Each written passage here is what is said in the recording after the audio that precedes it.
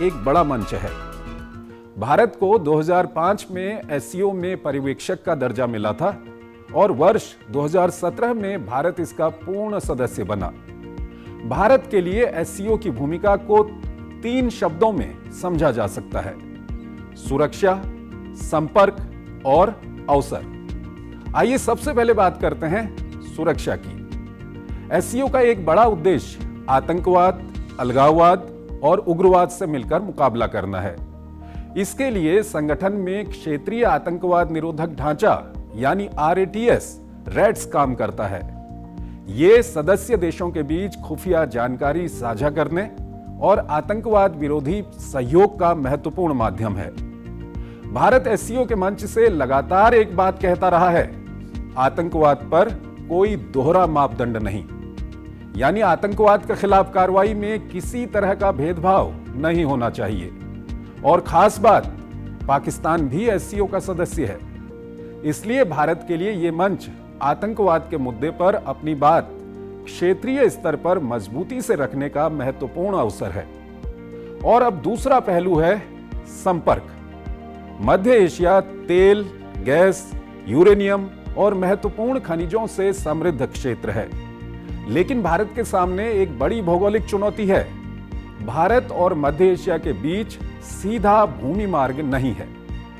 यही वजह है कि उज्बेकिस्तान, कजाकिस्तान और दूसरे मध्य एशियाई देशों के साथ वैकल्पिक संपर्क मार्ग और आर्थिक संबंध भारत के लिए बेहद महत्वपूर्ण है। और अब यहां आता है तीसरा पहलू, यानी कि अवसर। ऊर्जा, क्रिटिकल मिनरल्स, तकनीक, व्यापार, निवेश, ये वो महत्वपूर्ण क्षेत्र हैं जिनके कारण मध्य एशिया भारत के लिए आर्थिक अवसरों का एक बड़ा क्षेत्र है। लेकिन एससीओ की भू राजनीति इतनी सरल भी नहीं है, क्योंकि इसी मंच पर भारत के साथ चीन और रूस भी हैं और पाकिस्तान भी इसी मंच का सदस्य है।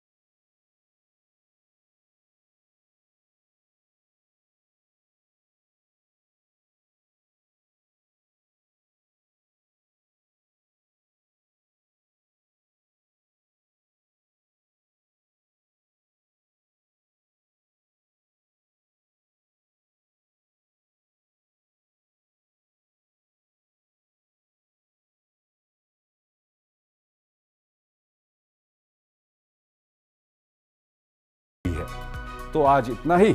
नमस्कार।